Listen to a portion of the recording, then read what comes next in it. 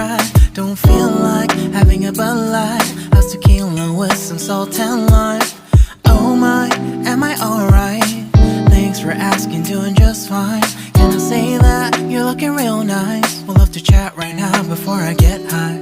When you gaze into my eyes, I feel like I'm on cloud nine. You bang harder than 4th of July.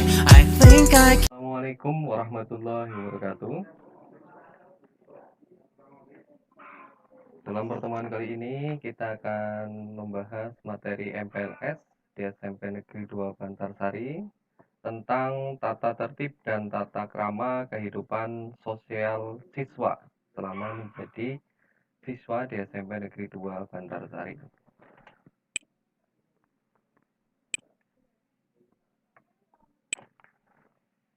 Yang dimaksud tata krama dan tata tertib kehidupan sosial sekolah ini dimaksudkan sebagai rambu-rambu bagi siswa dalam bersikap, berucap, bertindak, dan melaksanakan kegiatan sehari-hari di sekolah dalam rangka menciptakan iklim dan kultur sekolah yang dapat menunjang kegiatan pembelajaran yang efektif.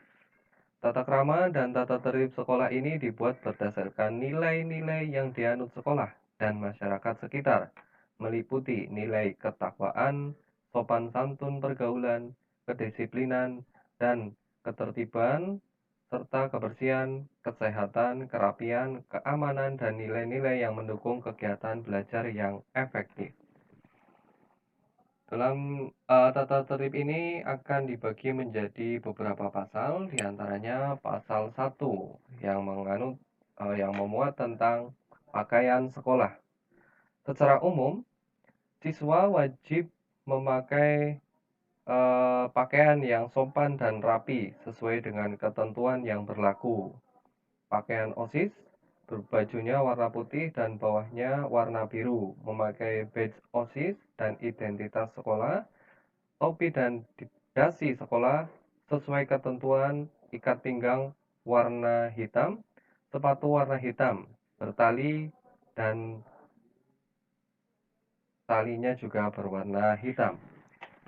Wajib memakai kaos kaki yang panjangnya minimal 10 cm di atas mata kaki jika dipakai. Pakaian tidak terbuat dari kain yang tipis dan tembus pandang. Ukuran tidak ketat dan tidak membentuk tubuh. Atau kalau dipakai bentuknya longgar. Okay. Lengan baju tidak digulung dan yang tidak mengenakan perhiasan mencolok. Yang ke-10, model atau desain pakaian ada nanti di lampiran. Untuk yang laki-laki, baju dimasukkan ke dalam celana. Ikat pinggang terlihat. Nomor 2, panjang celana sesuai ketentuan. Celana tidak komprang. Dalam hal ini kurang lebih 5-10 cm di atas lutut.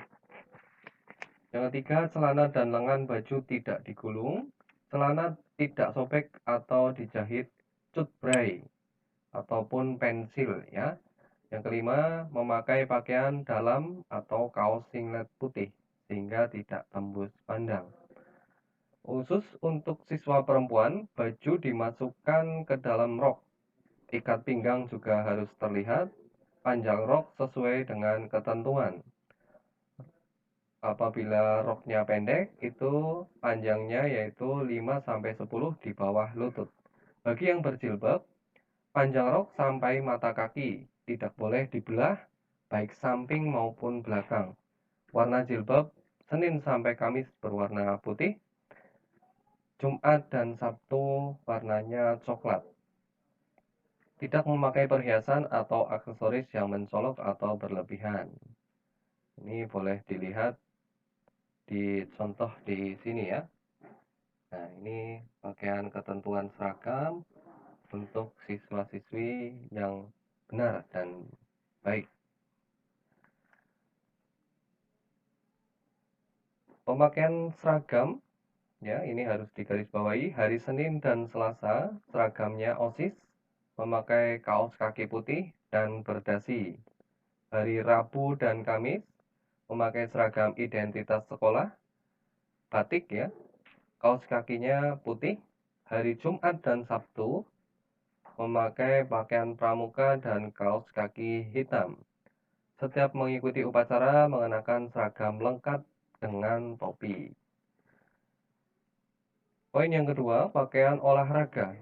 Ini Bapak tidak tampilkan di sini, tapi Bapak sampaikan saja ya. Untuk pelajaran olahraga, siswa wajib memakai pakaian olahraga yang telah ditetapkan.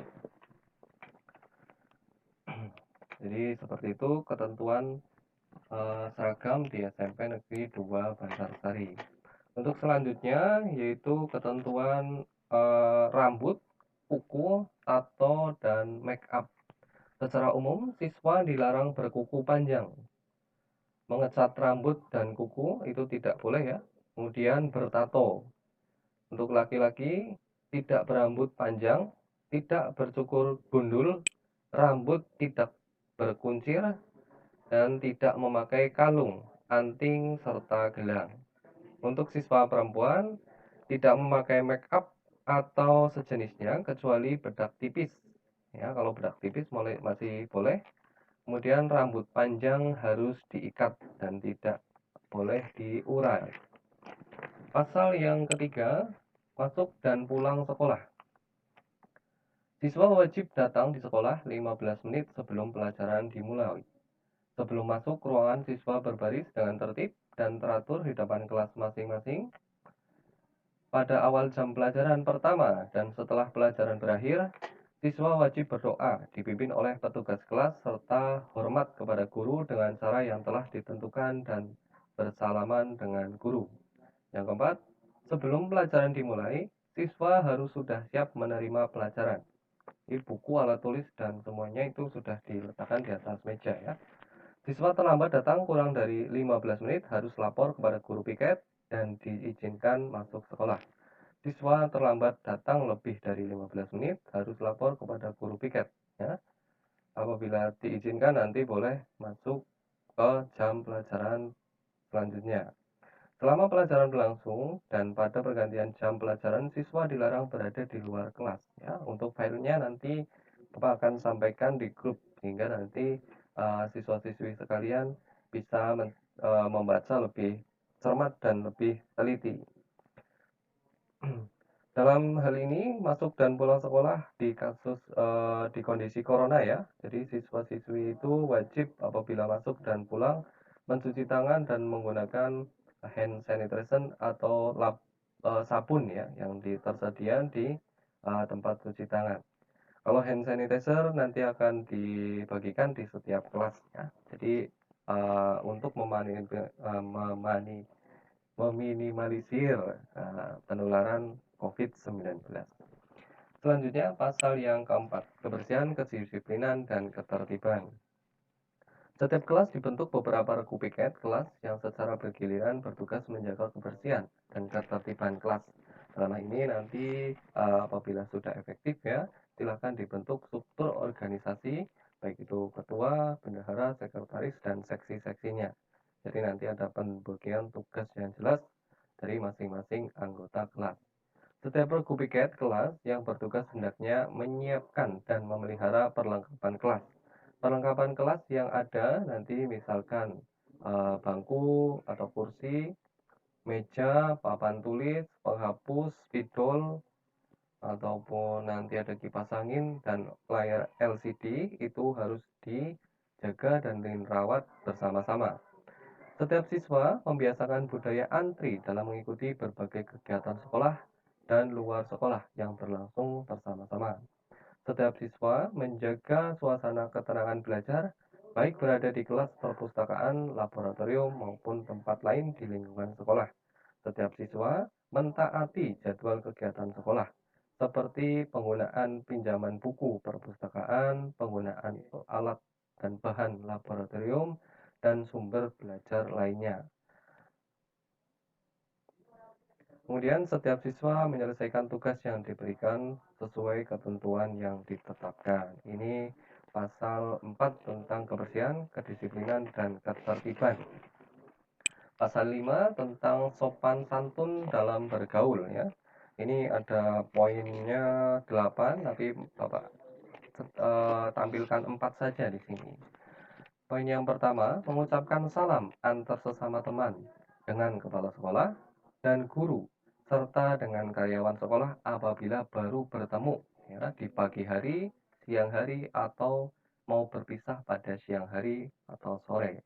Jadi pagi dan sore itu apabila bertemu dengan Bapak Ibu guru serta Bapak Kepala Sekolah maupun teman juga harus menyampaikan salam ya. Kemudian saling menghormati antar sesama siswa, menghargai perbedaan dalam memilih teman belajar, teman bermain dan bergaul baik di sekolah maupun di luar sekolah, dan menghargai perbedaan agama dan latar belakang sosial budaya masing-masing.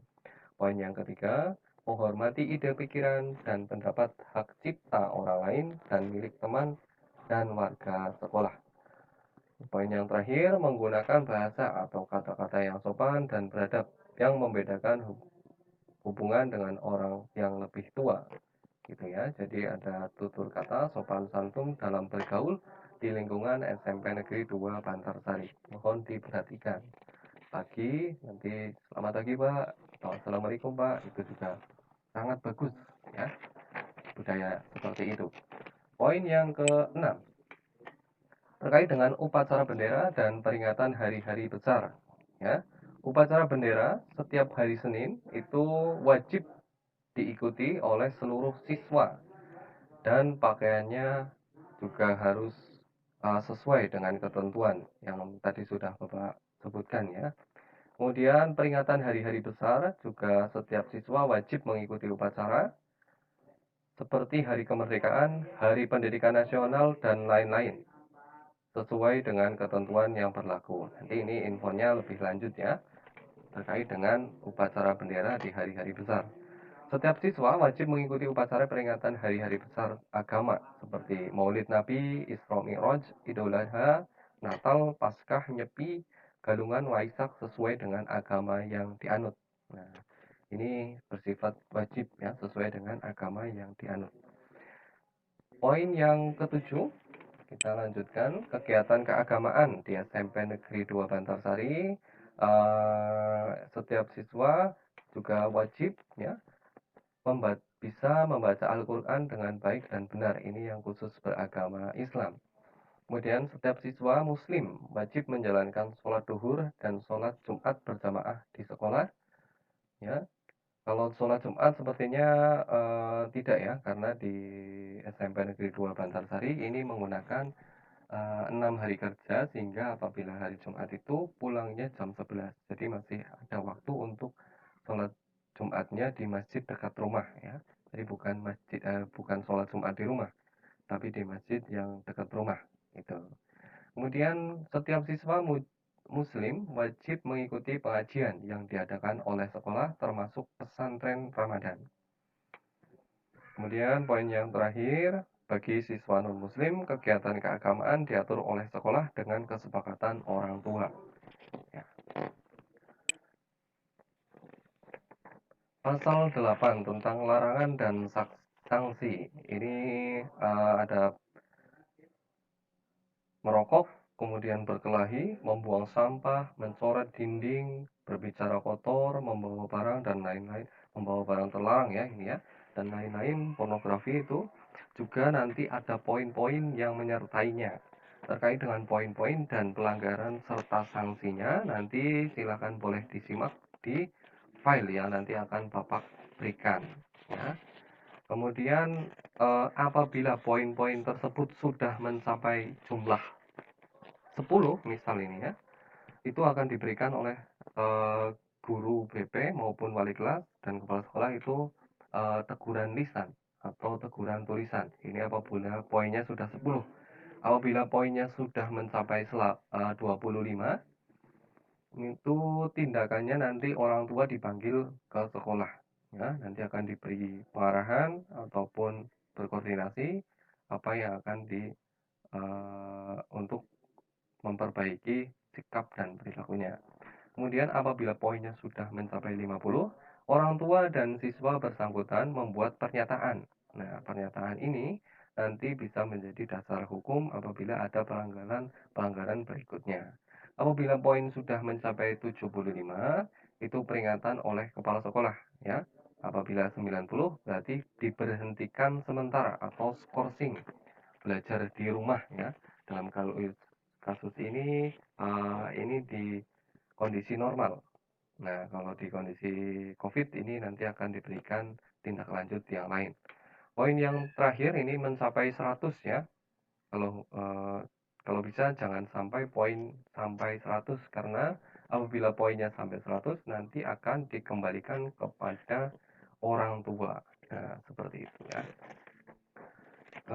Demikian tentang tata tertib dan tata krama kehidupan sosial di SMP Negeri 2 Bantarsari. Untuk selanjutnya nanti akan Bapak bagikan filenya sehingga nanti siswa-siswi sekalian juga lebih paham dan bisa menghindari ya kejadian-kejadian yang dimaksud serta bisa mentaati semua tata tertib di SMP Negeri 2 Bantarsari. Selamat bergabung sekali lagi buat peserta didik yang baru.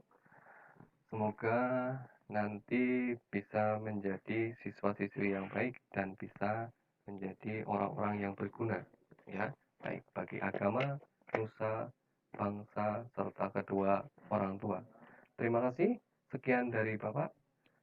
Mohon maaf apabila ada kekurangan dan tutur kata yang salah. Sekian. Wassalamualaikum warahmatullahi wabarakatuh.